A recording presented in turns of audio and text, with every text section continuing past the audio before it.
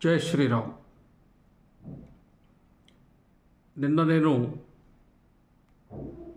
ఉమాభారతి గారి ఒక ఇంటర్వ్యూని ఇటీవల 3-4 రోజుల క్రితం మాట్లాడినటువంటి ఒక ఇంటర్వ్యూని హిందీలో ఒకటి చూచాను.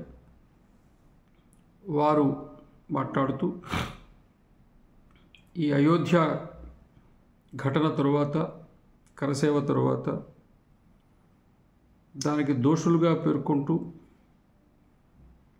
ఎవరెవరిని ఒక గెస్ట్ హౌస్లో నిర్బంధించారో వాళ్ళందరినీ కూడా విచారించేటువంటి కమిషన్ వచ్చినప్పుడు అక్కడ ఉండేటువంటి వాళ్ళందరినీ సమన్వయం చేయటము, అదేవిధంగా జైలుగా మార్చబడిన గెస్ట్ హౌస్లో ఉండేటువంటి వాళ్ళందరికీ అంటే అద్వానీ గారు, మురళీ మనోహర్ జోషి గారు, కళ్యాణ్ సింగ్ గారు, ఇట్లా మన సాధ్వి రితంబరా గారు ఎవరెవరు ఉన్నారో వీళ్ళకి సంబంధించిన వ్యక్తిగతమైన విషయాలు, అభిప్రాయాలు తెలుసుకోవటం, వాళ్ళ మంచి చెడ్డల గురించి తెలుసుకోవటం, మాట్లాడటం అనేటువంటి బాధ్యతను ఉమాభారతి గారు నిర్వర్తించారు.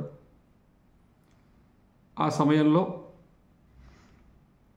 ఇంటెలిజెన్స్కి సంబంధించినటువంటి వాళ్ళు, పోలీసు అధికారులు, మా ఉదయము సాయంత్రము అద్వానీ గారు ఆ గెస్ట్ హౌస్ బయట ఉండేటువంటి స్థలంలో, ఖాళీ స్థలంలో, తోటలో నడవటానికని చెప్పి వస్తూ ఉన్నారు. అద్వానీ గారిని అంతం చేయడానికి చాలా శక్తులు ఈరోజు వారి వెనకపడి ఉన్నాయి. ఈ చుట్టుపక్కల చూస్తే ఎక్కడ చూసినా చెట్లు ఉన్నాయి. వారికి ప్రాణాపాయం ఉందమ్మా, వారిని బయటికి రావద్దని చెప్పండి, లోపలే ఉండమని చెప్పండి, మేము చెబితే ఆయన వినటం లేదు అని చెప్పారు.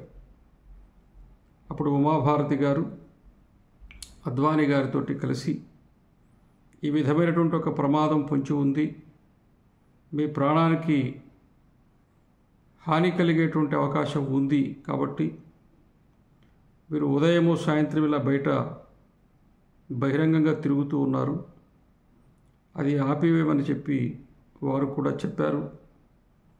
అందుకు అద్వానీ గారు, ఉమా నాకు తెలుసు విషయం,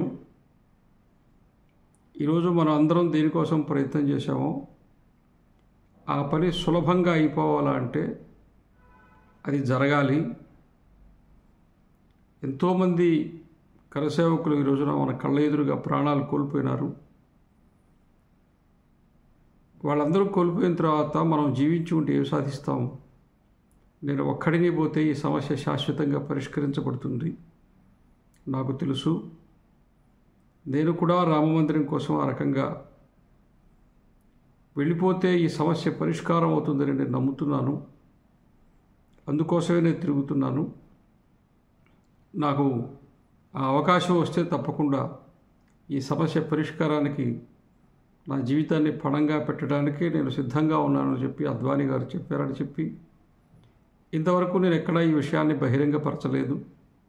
ఈ శుభ తరుణంలో రామమందిరాన్ని మనం నిర్మాణం చేసుకుని ప్రతిష్ఠ చేసుకోబోయేటువంటి సమయంలో అద్వానీ గారి అంతరంగాన్ని ఇక్కడ చెప్పాలనిపించిందని చెప్పి ఆమె చాలా ఉద్వేగభరితమైన వదనంతో ఆ చర్చా కార్యక్రమంలో వారు ప్రస్తావించటం జరిగింది.